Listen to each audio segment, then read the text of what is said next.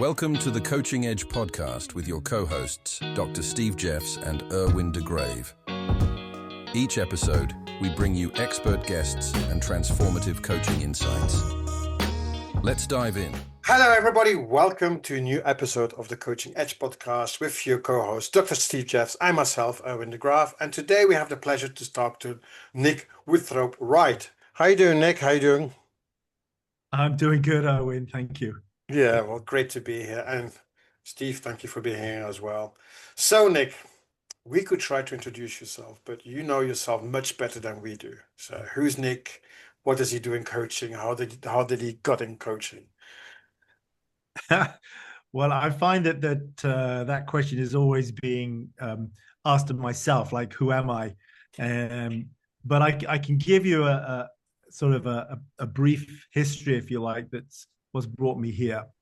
Originally from the UK, I grew up for a number of years in Kuwait. My father was a pilot. He was posted there.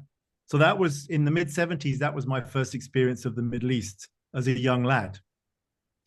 And it was a very formative experience because of the weather, it's really where a lot of my memories started, because it was so different to everything else I'd experienced prior to that. And those were very good experiences. Then back to the UK, my father was reposted back, boarding school, up through the system, as most people go, ended up in university and studied hospitality. So, you know, the hospitality thing is the sense of service has always been something very strong in me. And so I went from there into hospitality, working for large organizations across London, managing restaurants in hotels, et cetera, which was fine to some degree. But I kind of got fed up at some point and said, you know what, there's got to be more than me traveling 2 hours to and from work. And, you know, I'm curious about what else there is out there. And so effectively I said, okay, well, I can go anywhere I want to in the world. I can go to the US, I can go to South America, I can go to the Far East, I can go to the Middle East. And I said, okay, fine, but what's my choice? And as luck would have it, I had a friend that was in Dubai at that point, and they were on work experience. And they said, hey, why don't you come on out and check it out? So I did. I came out. I spent a couple of weeks here just sort of looking around. And I said, hey, you know, there's something about the energy here that I'm really curious about. It was nothing like Dubai is now. I mean, we're talking over 32 years ago when I first came out here. So, you know, it's chalk and cheese to what people are experiencing in Dubai now. But it was clearly something that I wanted to give a shot. So basically, I went back and came back again, said to my folks, look, I'll be gone a year, maybe 2, and, you know, see you shortly. And of course, you know, I've never left. Well, obviously I've left to fly out and back again, but this has been home ever since. And through that period, working initially in hospitality and then into sales in hospitality, I found another footing in sales. And sales was something that I had crossed my path before and was something that was a little bit edgy. And I found it pretty exciting because there was an aspect there that you're really only good as your last set of results. And so there's deep work to be done on yourself if you're going to be effective. And so I set about doing that work. And over the first sort of 6-7 years, doing that personal work, working out how I can be effective, not only as a salesperson, but working on my confidence and working on my conversation and my communication and my listening and all of those things. And along the way, this strange concept of coaching came up. And I went, oh, that's interesting. I'll do that when I'm old and gray. It makes sense. And, you know, and then back into sales and all the other things. And, you know, life was moving along. But actually at that point, it was interesting because Dubai started to open up, right? There were opportunities to set up businesses here in a way that we couldn't have done prior. And Steve, I don't know if I think you were just around here in those times when they were setting up Dubai Internet City, Dubai Media City, and so forth. All of these places where, as an entrepreneur, you can go and literally set your business up and have 100% ownership and give it a go. And I was kind of, again, looking for my next experience and said, you know what, you know that coaching thing? You know what, I think it's a pretty good idea, and nobody else has it. Nobody's here doing it. And I don't even know what it is. The world doesn't know what it is, but it makes total sense to me for some bizarre reason. And so that's what I'm going to do. And really, I mean, there was nothing here in terms of to study and to get my teeth into. So I had to go back to the UK. I studied with a professor of psychology who'd set up a coaching model called the unitive model. And it blew me away. I mean, then I just knew that this was something super special. And came back here, started to tell everybody I was a coach, set my business up. Everybody, honestly, I mean, my old boss from a multinational, I remember him saying to me, "You are crazy. I'll see you in a year. That you can't make it. What is it?" He couldn't understand it. He said, "You got a good career. What are you doing leaving?" I said, it just made total sense to me. And so, yeah, that's kind of what got me into this space. I mean, we can talk about where it went from there, but if you ask me a little about who I am in that process, I think I'm an adventurer. I'm an entrepreneur. I'm someone that enjoys freedom to move, space to create on some levels, and as someone that both loves sales and service, and found this passion around coaching, you put all those together, and then I guess you've got quite a lot of who I am. Thank you for that. I love you and I have worked together, and this is a whole different perspective that I've never discussed before. I love it. As context, so you sort of stepped in entrepreneurially as a coach, not really knowing what it was at the beginning. Where are you now, and what's evolved for you since then? Wow, Steve. So I know that you and I have worked together over the years, and we've been good friends for a while. So, I came from, that's over 20 years ago that I set the business up.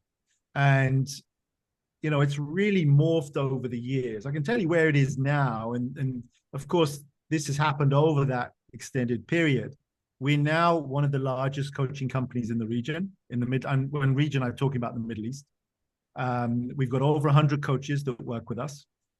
These are ICF-accredited coaches working at ACC, PCC, MCC levels. Coaches that we've connected with, that we feel are the very best in the region, and we do that because we take them through simulation coaching exercises. We've really done our homework, if you like, so that our clients don't have to do that. And then we've built connections with these coaches, so we know who they are, we know their skill sets, we know where their excitement is in terms of the particular types of clients and situations that they love to show up in, and we work across the Middle East, predominantly in the larger businesses. So because we're a B2B, it's all organizations. It's really from 500 companies that are sort of 500 and upwards into the many thousands, big brand names that you would know across the region, large government institutions, banks across all industry sectors and so forth. Then, it's really been an incredible journey. And it's interesting because 20 years in, and I'm really feeling like we're just finding our feet. And I know that sounds totally crazy, because maybe some people will be saying, well, that's near the end, right? You've done the job and so forth. But actually, no, I'm getting excited. Now I can see what we can do. So it's really a thrilling time to be, I think, in coaching anyway, but certainly in the region. And there's numerous reasons for that. We can go into it for sure. So 20 years is a long time, and many people would say, what did you do to make it a success as you are today? as a business, and certainly in coaching and as a coaching business? I think a few things. One is passion for coaching.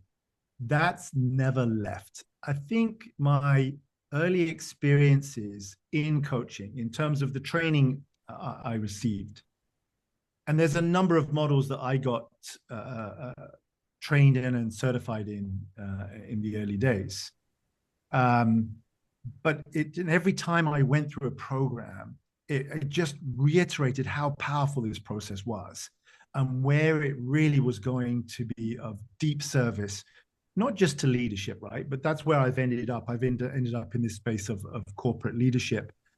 But in any space that it shows up when it's done really well and when it's done from the heart. And I think that is something that we continue to bring as an organization. I see there's a lot of other organizations out there that have just kind of bolted coaching on to the side of their companies. You know, they're a training company, they're a consultancy and so forth. And I'm not putting those organizations down. What I'm saying is that it's not front and center for them. It's just, yeah, that's great. We can add that in, but we'll do this other stuff. And if you need coaching, we'll put it in. Well, it's never left front and center for us. This is what we do. We are a coaching company. We've never morphed into training and consultancy and all those other things that have called us along the way, to be honest with you. But we've always kept this center ground, saying, no, this is who we are. This is what we are good at. And this is where our energy shows up. And this is where we can make the best impact. And so I think that's really helped us to grow and to do that, you know, with our clients supporting us, you know, continually coming back, working with us over extended periods of time. And obviously at the levels we're working, it's very exciting. And then as coaching has developed over the years within the region, we've had access to more and more great coaches. And that's allowed us then to go out and do even better work on larger scales, you know. So a lot of the, you know, we work with projects, everything from one individual, could be a CEO in a particular organization where that's, you know, very specific needs, to organizations where we're working with, you know, 100, 150 people. And there's a process that needs to support that. It's not just being great at coaching, it's also from an organizational point of view, being able to manage that on a project level and a logistics level and so forth. So, you know, but I think we've stayed true to our passion and our sense of where we want to sit, what we want to bring. Yeah. So you founded the company. You have like more than 100 coaches that work for your organization. So are you still coaching, or are you just managing the business? Because I think I think you have that passion for coaching, but I imagine, and you also have that entrepreneurship. So now, after 20 years, where you're leaning toward? Yeah, it was a really interesting transition for me when I had to stop working in the business and start working on the business. And that was a huge transition piece. It was really difficult to do because I love coaching, right? And of course, at that point, when you've set the business up and you've been so central to the business for so long, is that everybody wants to work with you. And so to suddenly give that up is not an easy thing, you know, because you say, okay, just this one more. And you can find yourself just sitting, you know, trying to do everything and probably end up not doing any of it particularly well. But there was a point that I just said, you know what, you know, I have passion for coaching, but I also have a passion for sales. And I think that's also where we as an organization, if you like, have done remarkably well. Is for me, sales is again part of how do we serve humanity? How do we add value? It's not going and saying, hey, I've got this amazing thing, buy it.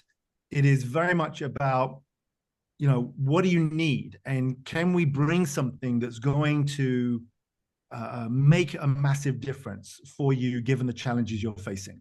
And so that for me was another passion. And I think what I had to do I had to choose which route to take. And there's always been lots of great coaches around me, and pretty much everyone was saying, I hate that selling thing. If only they would just show up, at my front door and say, give me coaching, life would be great. And I'm there going, yeah, I get it, but this selling thing is fun. It's good. And I seem to be reasonably good at it. So I'm going to do that. And everyone said, yeah, great. You go out and sell and we'll deliver. Basically, this is what happened. And so that's really what we got. So I had to give it up, Erwin, to answer your question. It was, I couldn't do everything, and I would have been a jack of all trades, and I really needed to select. And to be honest with you, I haven't coached for 7 or 8 years. And somebody actually asked me that, do I miss it? And I said, on some levels I do, but I love this other part so much that it's not like I sit there and go, oh, I wish I'd, done that. So I think, I've got the best of both worlds. I've been a coach. I've experienced its power. I've been on both sides of that in terms of as a recipient and as a professional coach. So I'm able to sell this because I have a visceral experience of it. It's CTI talk, Steve, old CTI talk has changed. I was talking about it in the bones. And that for me was very much, it's very easy to sell something when you just believe it, when you stand up and you're just talking naturally and someone says, wow, you really love this stuff. And it's not because you've trying to make that happen. It's just naturally flowing through you. So what would be the top tip that you would give to coaches, because many coaches selling is not their thing? You just said it as well. So what is the major thing that you would give them as an advice? And not only coaches, it's also other people that don't like selling. What was the one thing that you would recommend? Well, I think you've to some degree, you've got to get over yourself, because you've got to imagine what the world's missing out on if you don't bring this value. And I think a lot of people get very nervous about, oh, maybe they don't want it, and I feel like I'm putting somebody out. Well, that is the wrong perspective from my view. It is, you have something that the world definitely needs. This coaching is powerful. It is needed. It's needed in all spaces across the world on an expanded level. And if you are able to do good coaching, and you've trained and you're in that position, then it is remiss of you not to be able to go out and speak to people about that. And in the speaking, it doesn't have to be selling, right? In the speaking, people will come to you and start to ask you questions. So it's not that you have to learn to be a salesperson. It is about taking opportunities to be passionate about what it is that coaching is. And I think that in itself will overcome these sort of concepts of hurdles. Just enjoy the process, enjoy talking about it, get out there, say, look, try it. This stuff will change your life. So you will not come out a worse person after this process. That's for sure.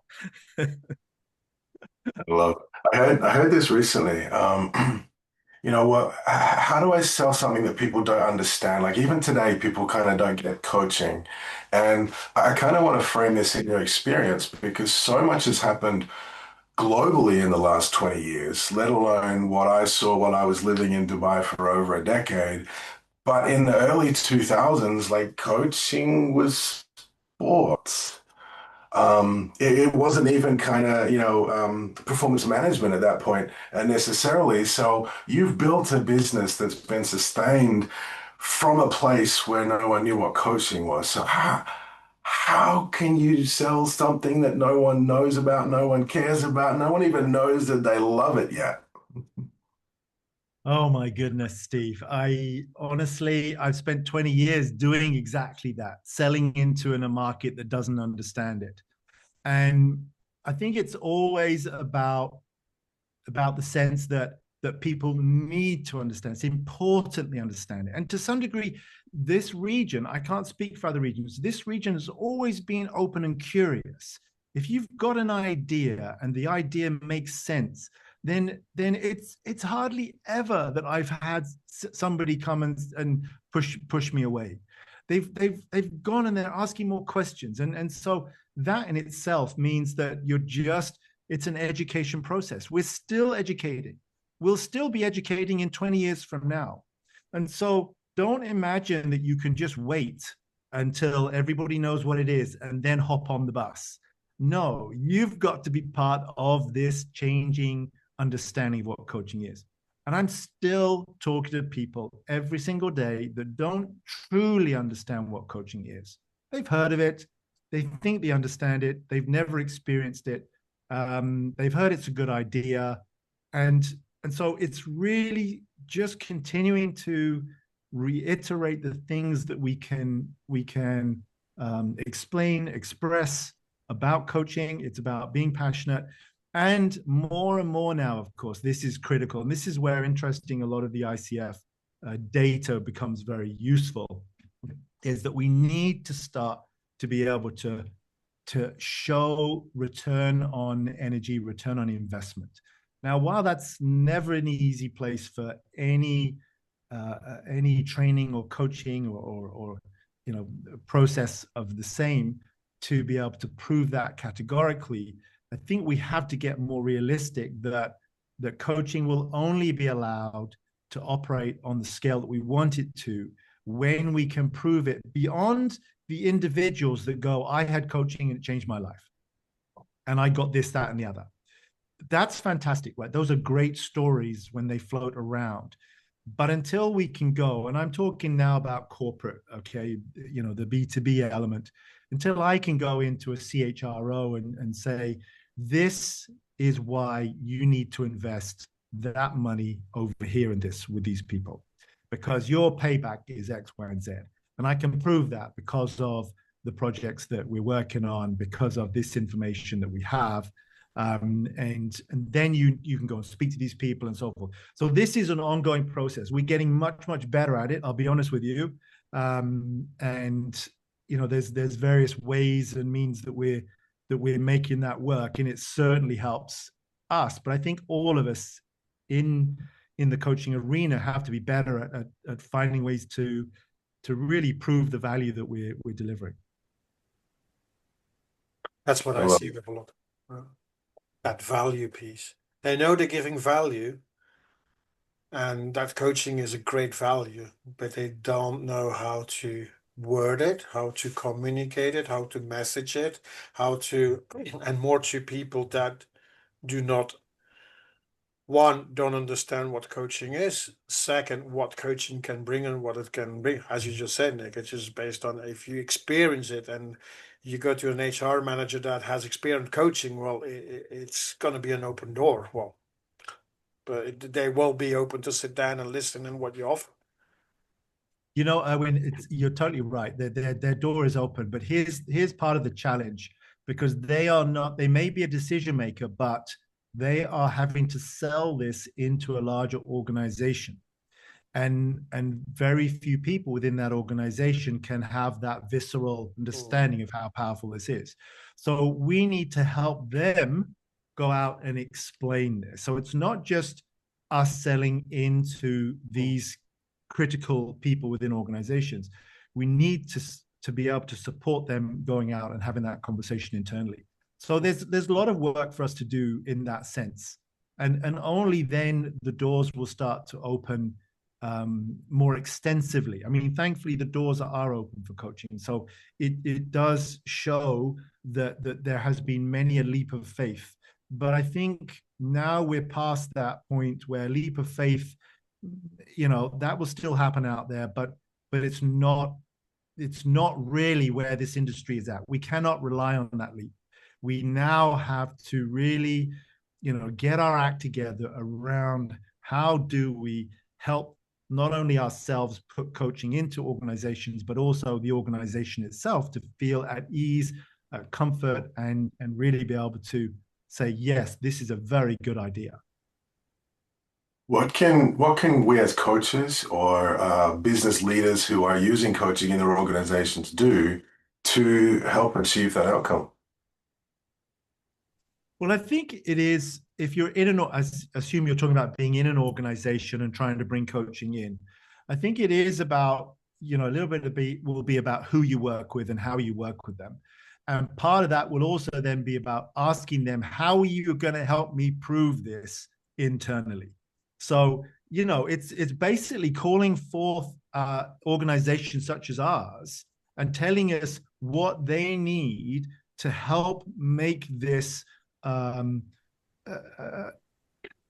something that they can prove is valuable, and at the same time get people on board. And there's many things that we are starting to do in our state of maturity with organizations to help them go through that process. And many a time we have to sort of try and ask an organization to slow down. Yes, coaching is good.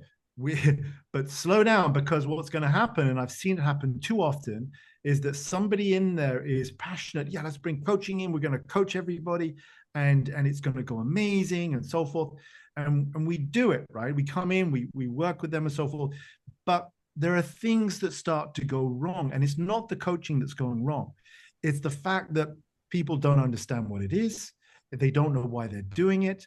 They haven't had they don't understand the internal buy-in. They don't understand what the objectives are, what the intent is. There's so many elements here that organizations, I think, along with us as a coaching company, need to work on prior to actually launching coaching with an organization. So there's a maturing of the process. It's no longer about just putting coaching in organizations. There's a much bigger conversation that has to happen pre that, and there's a lot more stakeholders we need to bring into that conversation. It's all about change management. Yeah. One shift I hear you pointing to is a lot of us focus on coaching as a single conversation. It's a coach, it's a client, it's at best there's a journey that emerges there. But a lot of what I'm hearing you pointing to, and actually the establishment of the company kind of meets this need as well, is that the organization itself needs coaching. Not as a single coach necessarily to work with the organization, but a system of coaching to work with the system of the organization, and that there's an interface and a connection between that I hear you managing, creating, and actually asking for more of. Yeah, you're right, Steve. And it's culture change piece, isn't it? And there are so many different aspects to that. There's lots of different education pieces and skill pieces that we need to find ways to put into the business in the right parts of the business at the right pace over the right length of time. And you're bringing, as you say, coaching skills development, right? So you're raising conversations. You're not necessarily trying to train people to be coaches. You're shifting conversations. You're shifting mindsets. You're shifting leadership approaches, and then you're upskilling, and also then you've got your systemic coaching. So you're then letting systems start to wake up to what's potentially there in terms of the capacity when people come together, and obviously executive coaching, internal coaching systems, and so forth, and many other aspects of that. So I think that we're not yet. We've been in scenarios where organizations are starting to begin to have those conversations, but I think part of the challenge, and again, I'm talking into this region, but I don't think this is too different to what is happening in other parts of the world, is that we're still quite focused on the short term. And a lot of the leadership will do their 2-3 years and move on. And 2-3 years is, let's face it, leaders don't come in and say, right, let's make a coaching culture. It takes them a while to get to that place. And then by the time they're having the conversation and getting going, they've left, and the next guy comes in and wants to make a change and so forth. So we haven't got that momentum, if you like, in terms of the long focus for an organization. I think that's something that we have to find ways to connect with, hopefully. I'm getting back a long time what you're talking about, and since you mentioned it, my mind is just going, about the ROI, return on investment. So how, and I understand it's so important that even as a business leader, you will say, okay, why should I do coaching? Why should I do training? Training is the same. What is the good return I'm going to have? And it's a difficult because it's intangible. Are we talking about changes in people? At the end, it's going to be in the organization. Well, but and that return on investment, there must be somewhere a way to be able to do this. Do you have any ideas how to do it or not? Yes, I have loads. Oh, good. I think at the end of the day, what we've got to get better at is data collection at critical moments along the way. Now Steve's aware of this, and we've always done this on a micro level. So, on the individual. So it's about bringing in the stakeholders, establishing clear objectives for the process, and bringing the stakeholders back into that journey along the way so they can see the value. In fact, they are part of the value that's being created because they're bringing feedback and insight and so forth. That's sort of on a micro level, right? Which is great, but you're not going to change that understanding of the value in the system by doing it on a micro level, although it's very important that we do create those. Yeah. What we're moving now to, because we get to work on larger projects where, we've got, 10, 15, 20, 30, 100, 150 people we're working with.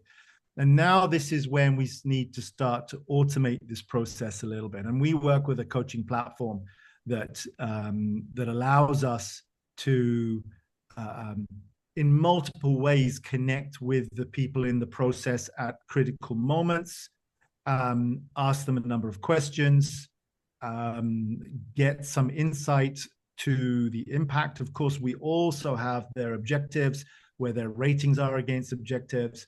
And those multiple touch points on larger scales are starting to allow us to produce data that we can then bring back into organizations and say, hey, this is how your organization has added value. These are the areas that value's been added. This is the degree to which the positive feedback has shown up, et cetera, et cetera. So, it's changing, and we've got to get smarter at it. And we've got AI, right? We've got AI. And while, we need to know what we're doing with that process, but there are opportunities for us to find ways to bring that into the process. So, we're looking at adding more and more value to our clients through that data collection piece. And at the same time, of course, very important from a confidentiality point of view, maintaining that, that's the heart and soul of this coaching process, is that we don't want individuals to feel anything other than, I've been on my journey and I really feel held around that confidentiality.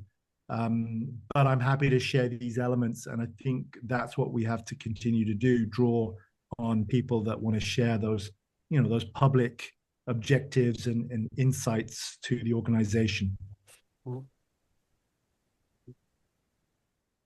One question that we'll get in trouble if we don't ask is, what are organizations looking for from, an executive or an organizational coach?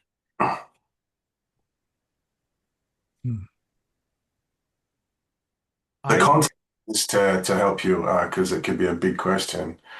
Hey, I'm a coach. That corporate stuff sounds really cool. I've got a corporate background. I'd love to work in there.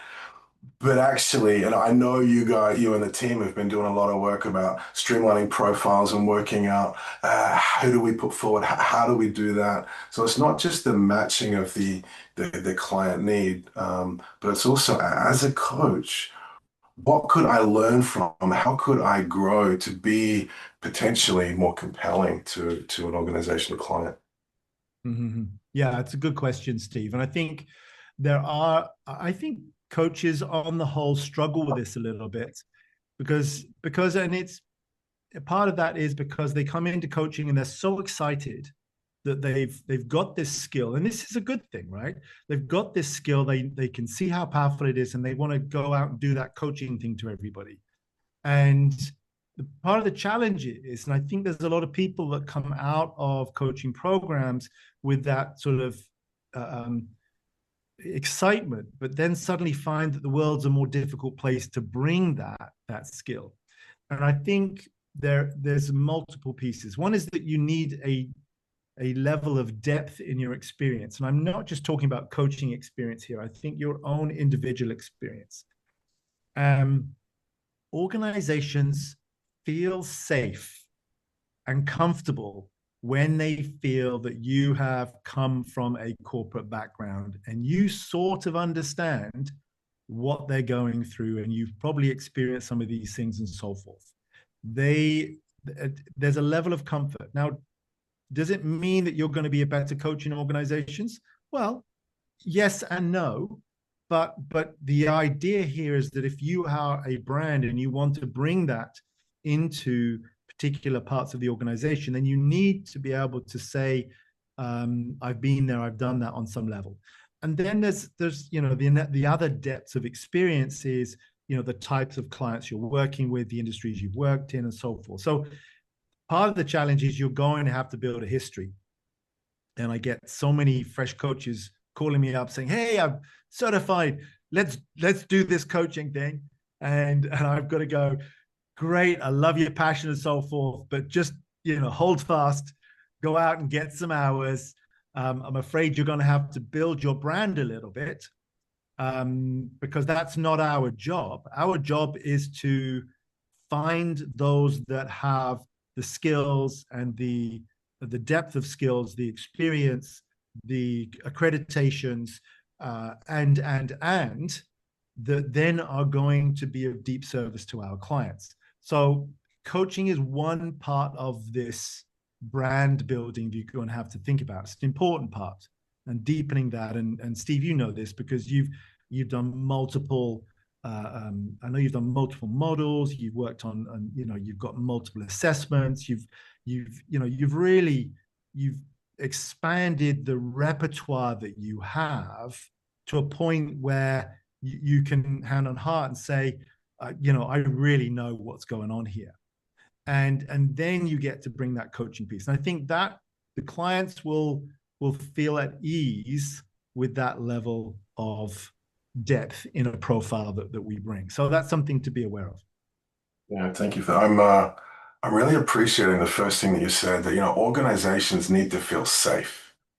That's not a phrase that I've heard before, and yet it's so true that we, as a coach, we create safety for the client. But if we look at the coaching system and the organizational system, it's so profound to say it that way. So thank you for that.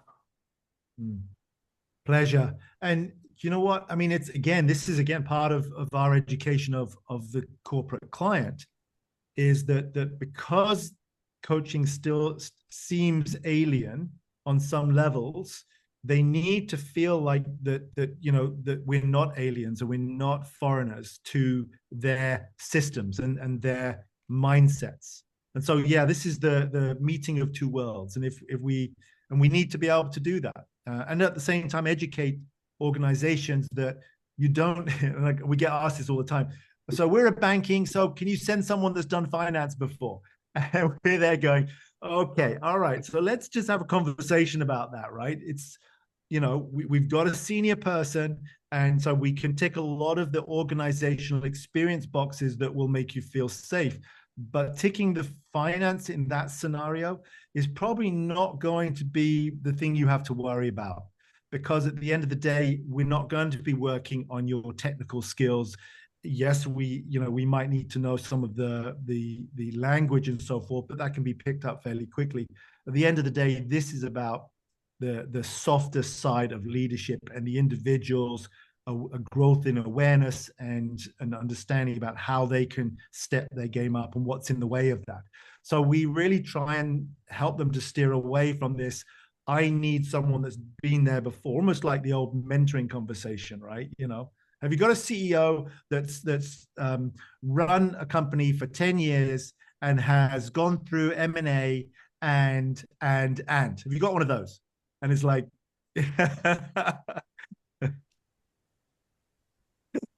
Yeah.